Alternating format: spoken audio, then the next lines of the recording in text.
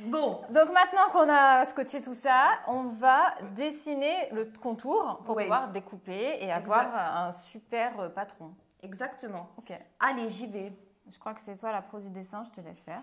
Ou la pro... Bah si. Oui. Tac, tac, tac, on fait le tour. Bon là on a le scotch. Mais c'est pas grave. On va faire la ligne après. Oui. Voilà, voilà. Moi je t'admire. Oui. Alors. Le plus dur c'est en bas. Parce que là il faut vraiment faire une jolie ligne. Voilà, parfait. Tu vois, je fais un petit peu comme toi au début. Oui, tu...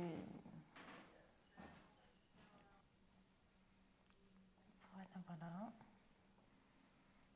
Génial. Maintenant, il n'y a plus qu'à découper. Ah oui, tu veux faire la fin de la ligne en haut. Je vais faire la jonction. Yes. Bah attends, enlève tout. Attends. Attends, pause.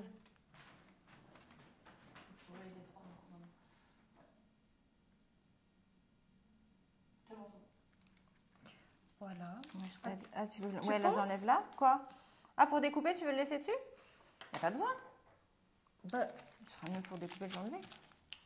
Ah oui, parce qu'il y a plein de scotch partout, t'as peur de faire des trous. Ouais. Bah, de toute façon, il faudra bien l'enlever à un moment ou à un autre. Attends, mais... Ah, tu veux faire... Je sais pas, petite moi je technique suis dans le d'éviter- collage, découpage. Oui, d'accord. Je fais comme je sais. Donc en fait, Julie n'enlève jamais le scotch sur le papier, sinon ça fait des trous. C'est ce qu'elle me disait en off tout à l'heure. Elle me parlait de masking tape. Voilà. Et donc là, effectivement, on aurait été super mieux avec du masking tape. On n'aurait pas déchiré le papier. Donc là, c'est système D. Tu découpes le scotch et tu laisses les morceaux au milieu. Bah, J'adore l'idée. De mon mieux. J'adore l'idée. Voilà. Hop. On dirait une pieuvre. En plus, ça s'accroche à moi. Voilà. Hop. L'autre côté, hop, là. Et Ça se recolle. Tadam! Alors attends, là, vas-y, coupe. Excuse-moi, c'est moi qui n'ai pas bien fait. Tadam! Et franchement, c'est bien? ça ressemble. Hein. T'es contente? Ouais, je suis contente. Allez, on découpe. Donc on en est quand même, voilà, arrivé là. Et après, de ça, on va passer à une secoupe volante. Donc, exactement. Du mouton dans le boa, du petit prince, on passe à la secoupe volante. Exactement. T'as une rêve pour la secoupe volante, toi?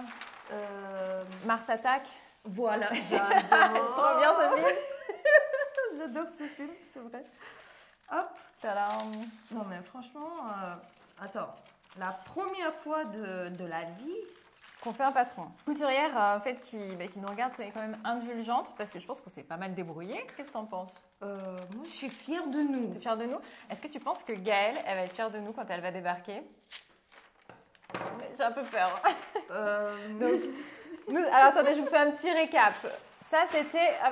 je fais un petit récap. Ça, c'était le patron de base qu'on a transformé. Et la dernière étape, c'est ça. Voilà. Donc, on est parti de ça pour arriver à ça. Et apparemment, ça, c'est le devant. Ça, c'est... Mais... C'est pas mal, non? On y est presque. T'es dans le bon sens, là? Je sais pas. Non, dans l'autre sens. Non, attends. Non, si, ça, c'est en bas et ça, c'est en haut. Vas-y, voilà. C'était ça. Nickel. Ça, vas-y, mets-le voir. Donc, voilà. Maintenant, vous pouvez utiliser ce joli patron pour transformer votre manche en manche courte à godet. Et voilà, vous êtes sûr d'y arriver si vous suivez toutes les étapes du livre de Gaëlle. Hein. Bien sûr, pas vraiment tout ce qu'on vous a montré parce qu'on n'est pas sûr. Voilà. Parce qu'on est des débutantes complètes, néophytes. Donc avec ça, on est d'accord qu'on est censé arriver à coudre cette manche. T'es d'accord? Oui. On est bien parti. Ah, salut Gaëlle, ça va? Bonjour Gaëlle. Ça va? Bah oui, écoute. Alors, ce défi? Bah écoute, je crois qu'on l'a relevé. T'en penses quoi? Bah, je pense que oui. Tu vas nous dire alors. Donc, montrez-moi ce que vous on avez est parti de notre patron comme ça. Ouais. Jusqu'ici, c'était voilà. Ouais, la manche basique. Voilà. Après, on a fait cette petite découpe. Oui, bon, maintenant, ça ressemble plus à grand-chose vu qu'on l'a un peu scotché dans tous les sens. Et j'avais une question pour toi. Dis-moi. Parce que quand j'ai fait les découpes des bandes, en fait, ça a commencé à gondoler en haut et j'ai pas compris pourquoi. En fait, il fallait juste que les filles vous coupiez un peu plus jusqu'en haut. Jusqu'au bout. C'est ma faute. Jusqu'au bout. Parce que je lui ai dit de ne pas couper jusqu'en haut, j'avais peur que ça se déchire en fait. Voilà, et pour tenir les écarts qui sont marqués dans ton livre, oui.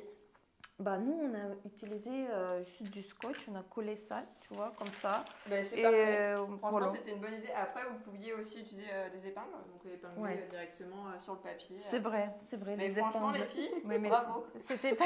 En fait, on a utilisé du scotch parce qu'elle utilise des masking tape tout le temps. Et moi, je ne suis pas couturière, les épingles, ça me dit J'ai apporté un petit peu tout ce que je savais faire dans mon quotidien d'artiste, dans ton quotidien d'artiste. Sur la manche, oui, elle a fait des petits dessins. C'est la signature, Julie adore. Et mais franchement, je me dis que ça ressemble au dessin. Ouais. Voilà. Ouais, tu valides alors. Ouais. Tu valides. Merci. Bon, t'as vu. C'est super. Bon, les filles, elles se sont super bien débrouillées avec le peu de matériel qu'elles avaient, mais elles auraient encore mieux réussi si elles avaient utilisé donc le bon matériel. Ça aurait été beaucoup plus rapide et beaucoup plus simple pour elles pour faire le tracé. Parce que pour faire ces manches-là, il faut quand même des règles de base. Donc je vais vous présenter les règles. J'ai pris pas mal de matériel chez Boin, du coup parce que c'est mon partenaire pour ce livre.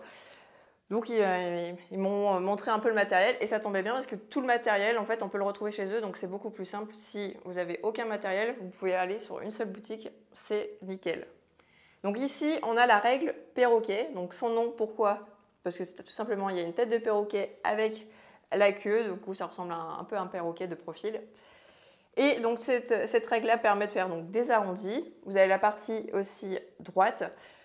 Il y a la partie ici qui est quadrillée, mais vous n'êtes pas obligé de prendre forcément une règle où il y a le quadrillage. Vous pouvez très bien prendre aussi ce type de règle. Donc c'est une règle arrondie. Donc, ce qui est pas mal avec ces règles-là, par rapport à celle que je viens juste de vous montrer, c'est qu'elle a plein de petites courbes différentes qui permettent vraiment de faire des manches bien spécifiques par rapport aux différentes formes que je vous présente du coup dans le livre. Avec cette règle-là, vous avez souvent aussi les petites règles que je vous présente aussi ici. Donc il y a celle-ci et celle-ci. Donc toujours pareil, pour faire plein de petites courbes. L'idée, c'est de vous faciliter le dessin au mieux si vous ne savez pas dessiner comme Julie l'a fait tout à l'heure. La règle japonaise que tout à l'heure les filles elles ont utilisée. Alors c'est vraiment top les filles, sauf que ça aurait été bien d'utiliser une règle japonaise avec un quadrillage clair, donc comme ici, soit vert, soit blanc, pour mieux voir sur les matières, parce que c'est vrai que le quadrillage rouge, selon les matières, en fait, on ne voit pas du tout les centimètres, et c'est vraiment dommage de perdre du temps là-dessus. La petite astuce, c'est celui que j'adore. Alors à la base, c'est pas du tout fait pour tracer les manches, c'est pour faire les boutonnières. Mais je l'utilise beaucoup. Ça permet en fait, vous voyez quand j'écarte, j'obtiens le même espacement entre chaque pic. Donc c'est pas mal pour quand vous devez écarter vos pièces, comme tout à l'heure pour l'éventail. Ça permettait de vraiment ne pas être obligé de retracer, de remesurer chaque espacement à chaque fois. Donc il y avait ça et bien sûr le basique qu'elle vous a montré les filles tout à l'heure. Donc une paire de ciseaux pour le tissu et une paire de ciseaux pour le papier. Hein. N'oubliez pas, on n'utilise pas les mêmes paires de ciseaux pour les deux. Et on va utiliser un petit crayon exprès donc pour le papier, donc crayon à papier, porte-mine. Celui-ci c'est pas mal, c'est qu'il fait porte-mine, mais aussi vous pouvez tracer sur le tissu, donc c'est pas mal, ça fait un 2 en 1. Ça vous évite d'avoir aussi un crayon en plus pour le tissu. Donc voilà, j'espère que normalement avec ce matériel vous allez pouvoir vous lancer. Donc maintenant à vous de jouer, j'ai trop hâte de voir vos créations, donc n'hésitez pas à me les montrer, donc soit par mail, soit via les réseaux sociaux sur le compte de Gaëlle & Sue.